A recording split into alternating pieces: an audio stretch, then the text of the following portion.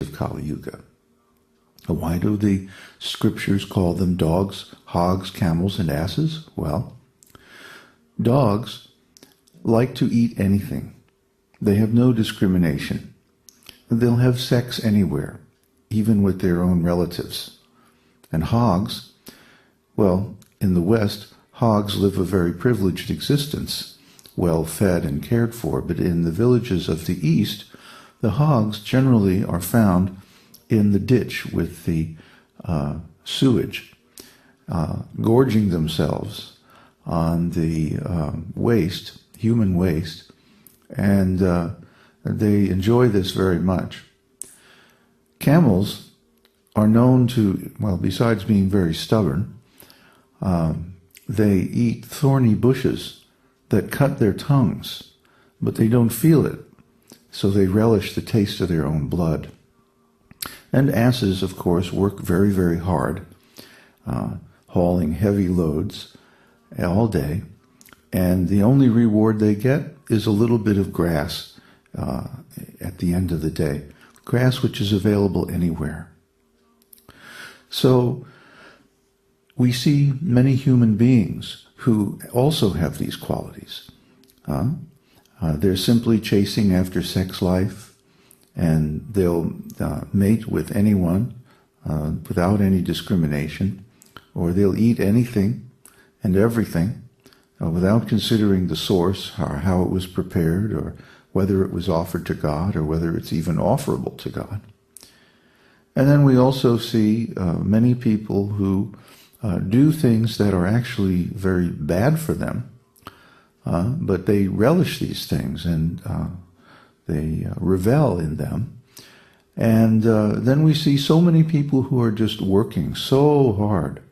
Why? Just for a few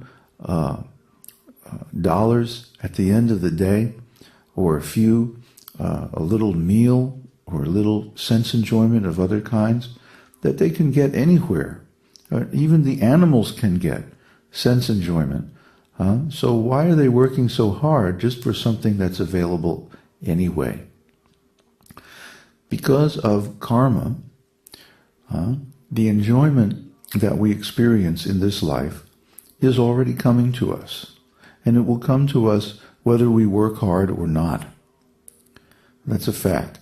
By the law of karma, we're getting so many good things and bad things according to our previous activities. According to our activities in the previous life, we earn suffering and enjoyment in this life.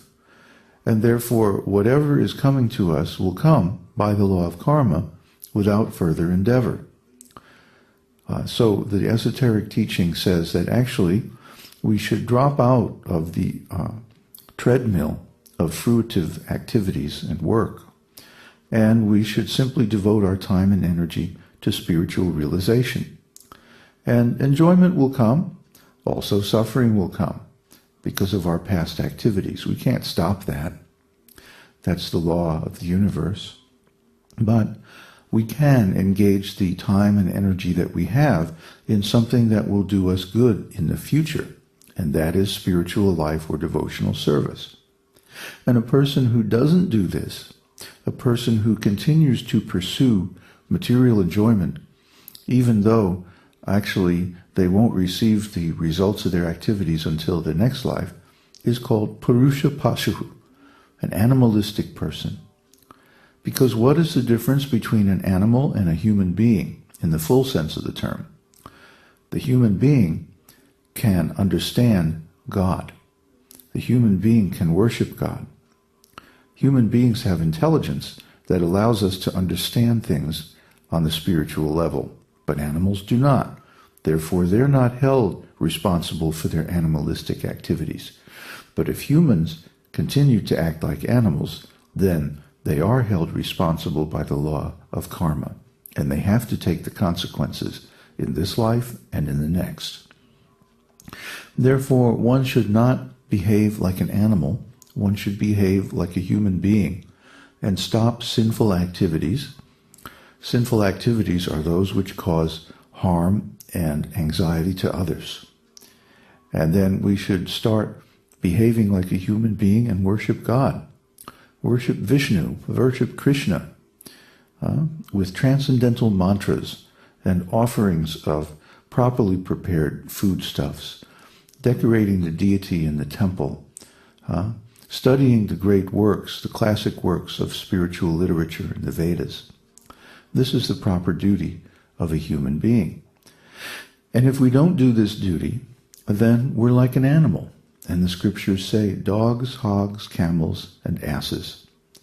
Even there was one series of commercials for some cigarettes showing everyone looking like a camel. And we see this. Camels, they're very hard-hearted.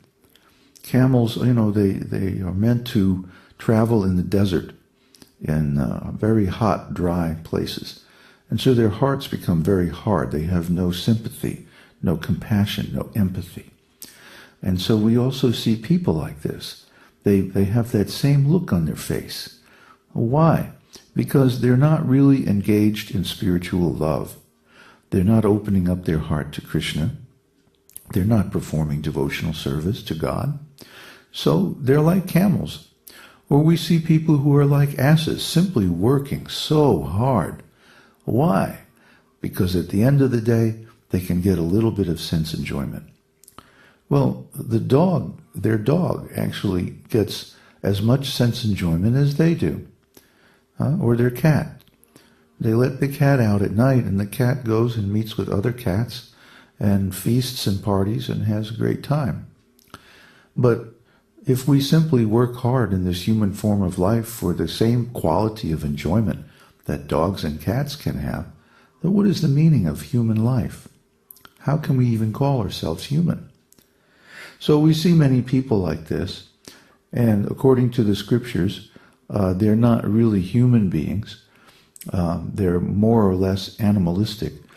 The esoteric teaching calls them humanoids, or animalistic humans. Pashu means animal, and Purusha means person. So Purusha Pashu, animalistic people.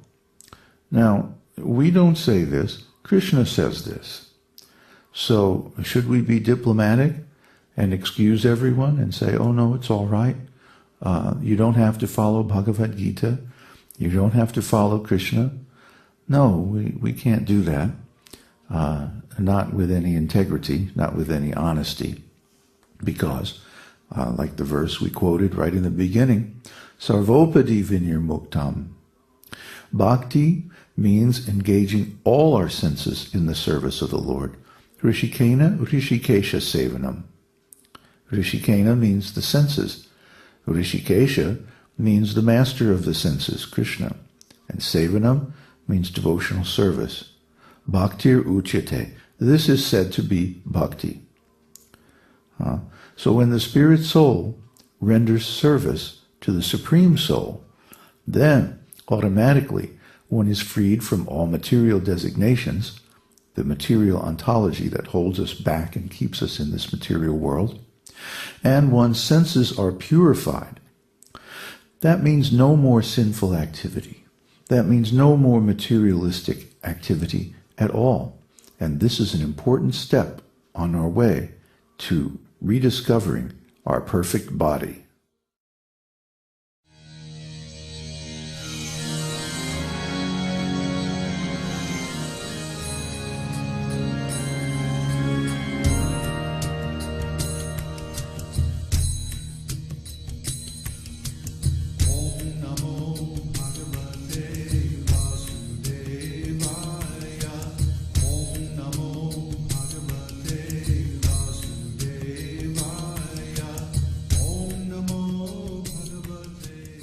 We hope you've enjoyed this edition of My Perfect Body.